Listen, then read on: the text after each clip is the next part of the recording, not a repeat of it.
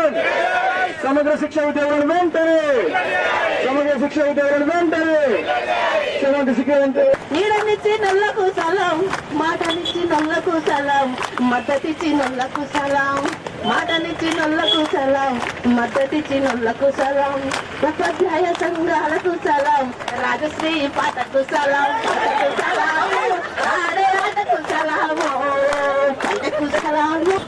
రీలే నిరాహార దీక్షలు చేపట్టి 4వ రోజు తెలంగాణ రాష్ట్ర ఆవిర్భావ ఏర్పాటు కూడా డిసెంబర్ 9 రోజు జరిగింది కాబట్టి మరి తెలంగాణ రాష్ట్రం కోసం అమరులైనటువంటి ఈ అమరవీరుల స్థూపం దగ్గరికి వచ్చేసి వాళ్ళకి నివాళులు అర్పించేయాలని కూడా మేము నిర్ణయం తీసుకొని సమగ్ర శిక్ష ఉద్యోగులందరి పక్షాన ఈరోజు ఈ అమరవీరుల స్థూపం దగ్గరికి వచ్చి ఆ చనిపోయిన అమరవీరులకు మేము నివాళులు అర్పిస్తూ ఉంటాం.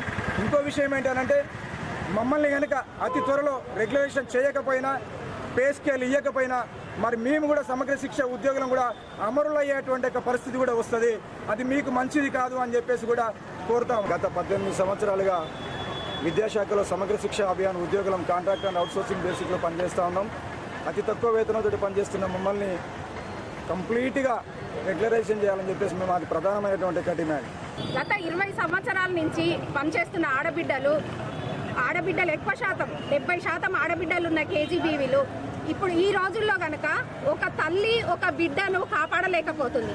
అలాంటిది ఒక పాఠశాలలో 200 మంది ఆడబిడ్డలను 20 మంది టీచింగ్ నాన్ టీచింగ్ కలిపి వాళ్ళని కాపాడుతూ వాళ్ళకు సమాజానికి ఉపయోగపడే భవిష్యత్తున్న పిల్లలుగా తీర్చిదిద్దుతూ ఒక్కసారి ఆలోచించండి. వాళ్ళ కష్టం ఎలా ఉన్నదో ఆలోచించండి. 24 hours duty, not only 12 hours, 8 hours, 24 hours duty, day and night duty ఆడపిల్లలు చేస్తున్నారండి.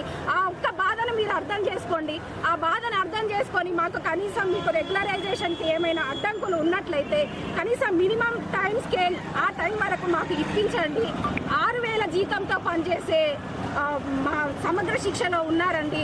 అటువంటి 6,000 ఈ రోజున మాకు సరిపోతాయా?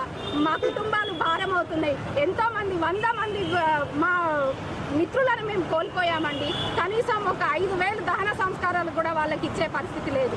కాబట్టి ప్రభుత్వము, కాంగ్రెస్ ప్రభుత్వము, మన ఇప్పుడున్న ప్రస్తుత రేవంత్ అన్న గారు అప్పటి టీపీసీసీ అధ్యక్షులుగా వచ్చి ఆడబిడ్డలు మీ సమస్యలు నాకు చెప్పనక్కర్లేదు, ఆడబిడ్డల సమస్యలను నేను అర్థం చేసుకుంటా అన్నారు. కానీ ఇప్పుడు మేము నోరు తెరిచి చెప్పినా కూడా అర్థం చేసుకోలేని పరిస్థితి ఉంది. అయ్యా రేవంత్ అన్న, మా బాధలను అర్థం చేసుకోండి. మంత్రి సీతక్క గారు కూడా మహబూబాద్ జిల్లాలో మా శిబిరానికి సందర్శించి 1 గంటలో సాల్వ్ చేయొచ్చు మీ ప్రాబ్లమ్స్ అని అన్నారు. అక్క, గౌరవనీయులైన మంత్రివర్యులు సీతక్క గారు, మా బాధను అర్థం చేసుకోండి అమ్మ. మహిళలను అర్థం చేసుకోండి, జెంట్స్ని అర్థం చేసుకోండి. వాళ్ళ కుటుంబాల భారాలు అవుతున్నాయి. మాకు పని భారం ఎక్కువైపోతుంది, జీతం తక్కువైంది, పని మూరడు జీతం పని బారడు జీతం మూరేళ్ళలాగా మా పరిస్థితి అయిపోయింది. దయచేసి మా పరిస్థితులు అర్థం చేసుకోండి. ఇవాళ ఈ అమరవీర స్థూపం దగ్గర మేము ఎందుకున్నామంటే మా ఫ్రెండ్స్ను మాత్రం ఇంకోసారి ఎవరిని అమరులు కాకుండా చేయండి అని దయచేసి వేడుకుంటున్నాము.